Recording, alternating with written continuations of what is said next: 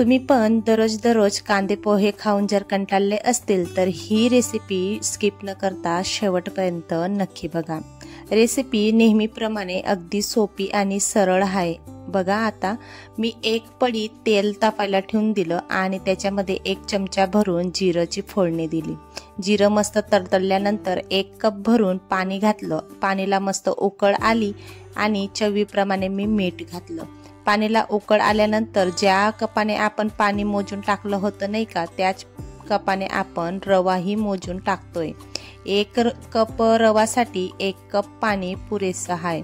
आता मस्त याला घट्टसर आपण करून घेऊया, चाळून घेऊया। आता जोपर्यंत आपण चाळू तोपर्यंत हे घट्टसर होईल।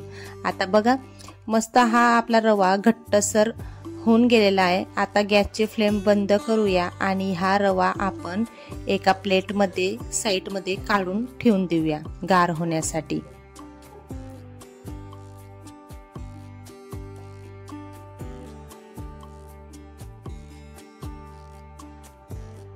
रवा आपला एका साईडला गार होण्यासाठी ठेवून दिलेला आहे। तोपर्यंत आपण दुसरी कृती करून घेऊया। तीच कढईमध्ये मी 1 पडी तेल टाकलं, अर्धा चम्मच जिरं आणि मोहरीची फोडणी दिल्यानंतर मी 4 हिरव्या मिरचींचा वापर केलेला आहे। मिरचींचा तुम्ही कमी जास्तही वापर करू शकता। जर तुम्हाला जास्त तिखट असेल तर तुम्ही प्रमाण वाढवूही शकता आणि हिरव्या मिरचींच्या ऐवजी तुम्ही लाल मिरचींचाही वापर यामध्ये करू शकता।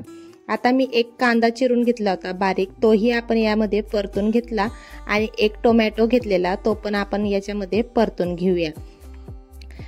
अर्धी शिमला मिरचींचा मी वापर करते। किसलेला गाजर, तुम्ही भाज्या तुमच्या आवडीप्रमाणे कमी जास्त करू शकता। हवं तर तुम्ही बीट वगैरे पालक वगैरेचाही वापर याच्यामध्ये करू शकता।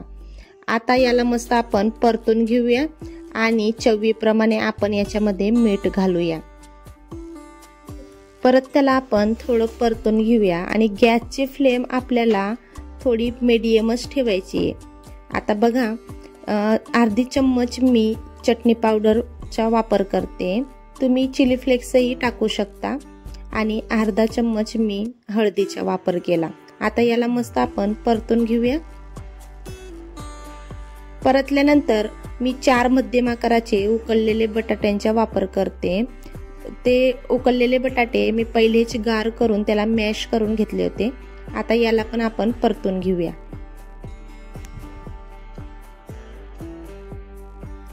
आपले मसाले आणि भाज्या सगळ्या परतून तयार झालेल्या आहेत। बटाटा पण आणि भाज्यांना आपण एकजीव करून तयार करून घेतलेले आहेत। आता गरम मसाला घालून आपण निंबूचा वापर करतोय। निंबू टाकल्याने ही जी स्टफिंग आहे ही मस्त अशी चटपटी बनते। तुम्ही हवं तर आमचूर पावडर किंवा चाट मसालाचा पण वापर करू शकता। आता बघा आपण याप्रमाणे सगळं मिक्स करून आता याला एकजीव करून घेऊया आणि गॅसची फ्लेम मी बंद करून घेतलेली। आता याला मिक्स केल्यानंतर सगळ्यात शेवटी आपण कोथिंबीर टाकूया।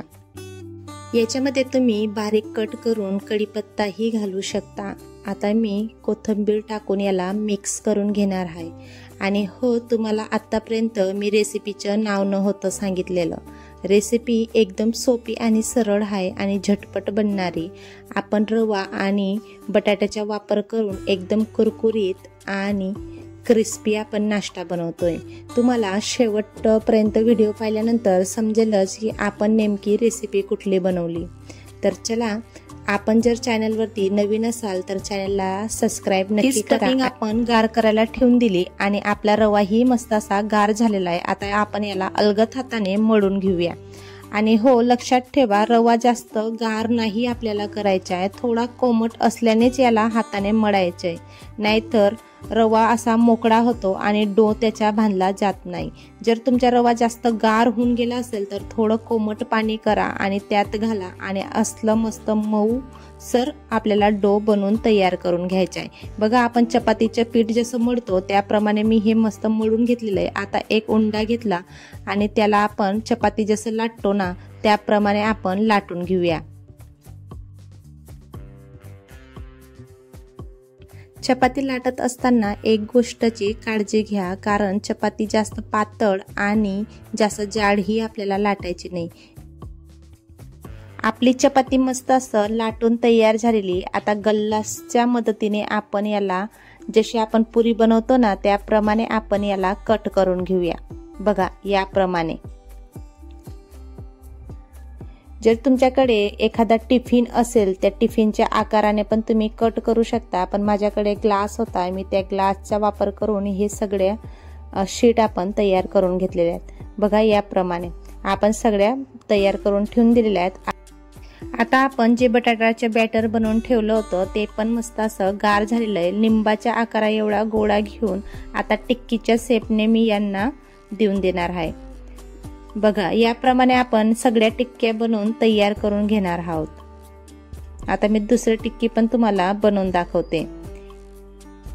टिक्की जास्त छोटी किंवा मोठी नका करू, सेम आकाराच्या टिक्क्या आपल्याला बनवून तयार करून घ्यायच्या आहेत। बघू शकता याप्रमाणे मी टिक्क्या बनवून तयार करून घेतलेल्या आहेत। आता आपण एक शीट वरती एक टिक्की ठेवूया आणि दुसरी टिक्की त्याच्यावरती ठेवून आपण प्रेस करून देऊया।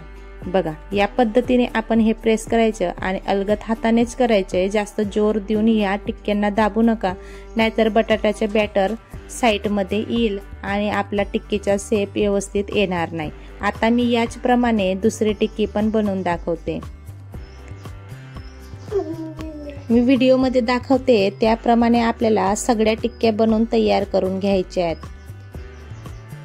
जर तुम्ही आपला व्हिडिओ इथपर्यंत पाहून घेतला असेल तर व्हिडिओला एक लाईक नक्की करा आणि तुम्हाला ही रेसिपी कशी वाटली कमेंट मध्ये सांगायचं मात्र विसरू नका।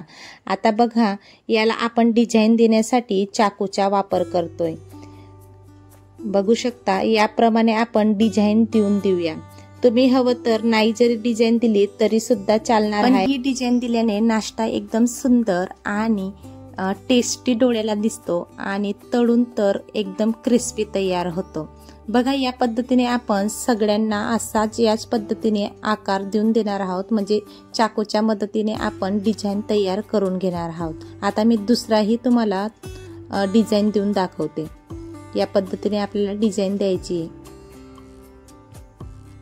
आता आपल्या सगळ्या टिक्कींना डिझाईन देऊन तयार करून घेतलेले आहेत मी। या पद्धतीने तुम्ही बघू शकता आणि एका पॅन मध्ये मी 2 पड्या तेल गरम करून घेणार आहे। बघा या प्रकारे आपल्याला तेल पूर्ण पॅन वरती फिरवून द्यायचं आणि ह्या टिक्क्या मस्त असं तळायला आपण ठेवून देऊया। रवाचे मेजरमेंट जर बघायला गेलं तर 1 कप रवा आणि 4 उकळलेल्या बटाट्यापासून आपण हा नाश्ता म्हणजे या टिक्क्या आपण 7 बनवू शकतो। जर तुम्हाला जास्त बनवायचे असेल तर तुम्ही मेजरमेंट जास्त कमी करू शकता। आपण हा नाश्ता फ्राय करत असताना गॅसची फ्लेम अगदी जास्तच ठेवायची, म्हणजे कम ही करायची नाही, कारण आपल्याला हा नाश्ता एकदम सेलो फ्राय करून घ्यायचा आहे। आता दुसऱ्या बाजूने आपण हा नाश्ता परतून घेतोय। बघा आपली एक साइड मस्त अशी खरपूस होईपर्यंत आपल्याला भाजायची आहे। आता हा नाश्ता मस्त असा आपला तयार झालेला आहे। दुसऱ्या साइडने आपण पलटून घेतला। बघा या प्रकारे कलर येईपर्यंत आपल्याला हा नाश्ता पॅन मध्ये फ्राय करायचा। नाश्ता आपला गोल्डन फ्राय होऊन तयार झालेला आहे। बाहेरून एकदम क्रिस्पी आणि मधून एकदम मऊसर हा नाश्ता बनवून तयार होतो। खायला तर अतिशय टेस्टी हा नाश्ता लागतो। तुम्ही हा नाश्ता टोमॅटो केचप किंवा हिरवी चटणी सोबतही सर्व करू शकता। बघा आपला नाश्ता बनवून तयार झालेला आहे। कशी वाटली तुम्हाला रेसिपी मला कमेंट मध्ये नक्की सांगा आणि रेसिपी शेवटपर्यंत पाहण्यासाठी धन्यवाद।